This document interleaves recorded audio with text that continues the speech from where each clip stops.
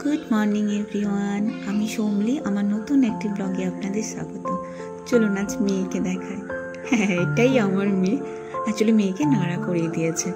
এত গরম পড়েছে কলকাতাতে, তার উপর আবার ওর মেয়ের চুলগুলো ভীষণ বড় বড় হয়ে গেছিলো। ওই জন্য ওর বাবা গিয়ে নাড়া করিয়ে নিয়ে এসেছে। আজকে ওর বাবা একটু তাড়াতাড়ি অফিসে যাবে, বললো খেয়ে বেরোবে না, তাই আমার আর মেয়ের জন্য মাছের ঝোল আর ভাত। অ্যাকচুয়ালি মেয়ে যেটা খাবে সেটা আমিও খেয়ে নেবো। এরপর একটু স্মার্ট পয়েন্টও যাওয়ার আছে। অ্যাকচুয়ালি আমার বাড়ি কিছু বাসনপত্র লাগবে, কবে থেকে যাবো ভাবছি, হচ্ছেই না। তাই তিনজনে মিলে গেলাম স্মার্ট পয়েন্টে। বাট আমার যেগুলো লাগবে সেগুলো অ্যাকচুয়ালি ছিল না। আর এখন ওর বাবার অন্য কোনো জায়গায় যাওয়ার সময়ও নেই, তাড়াতাড়ি অফিসে যেতে হবে। আর এই এক মেয়েকে নিয়ে গেলে এটা নেব, ওটা নেব, ওটা নিয়ে বক্সে রেখে দেবে, এটা নিয়ে রেখে দেবে, কোনো রকমে বুঝিয়ে বাঁচিয়ে ভুলিয়ে ভালিয়ে তারপরে জায়গার জিনিস জায়গাতে রাখা হয়। ওর বাবা তো ওখান থেকে স্মার্টফোন থেকে ফিরে এসে তাড়াতাড়ি করে খেয়ে, অ্যাকচুয়ালি বললাম যে ও খাবে না, কিন্তু খেয়ে বেরিয়েছে। সো আমার খাবারটাই ও খেয়ে বেরিয়ে গেছে। আমি পরে একটা আমার মতো করে কিছু বানিয়ে নেব। সো আজকে আপনাদেরকে একটা ছোট্ট করে রেসিপি দেবো। আমি বানাবো ভেজ পোলাও বা ভেজ বিরিয়ানি। প্রথমে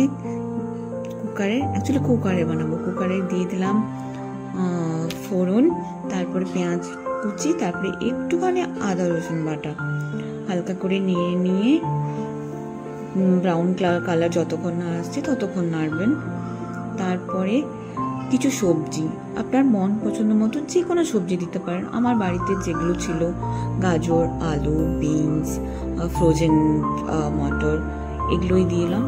নেড়ে দেখবেন ব্রাউন কালার, মানে হালকা হালকা সবজিটা ভাজা হয়ে এলে তারপরে বাকি মশলাগুলো অ্যাড করবো আমি।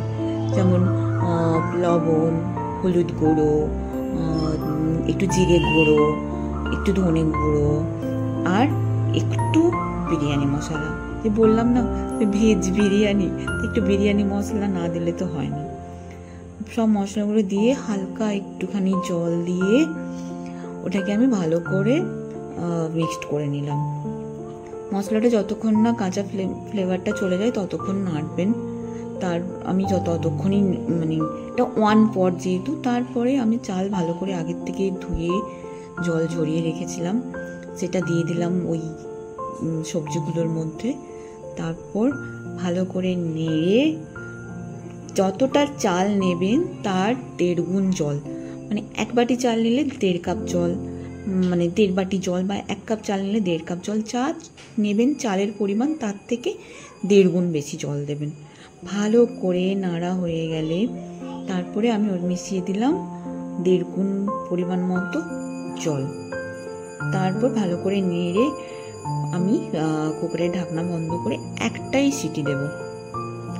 একটা সিটি দিলে অফ করে রেখে দেবো যতক্ষণ না পর্যন্ত, মোটামুটি আধ ঘন্টা মতো আমি রেখে দিই।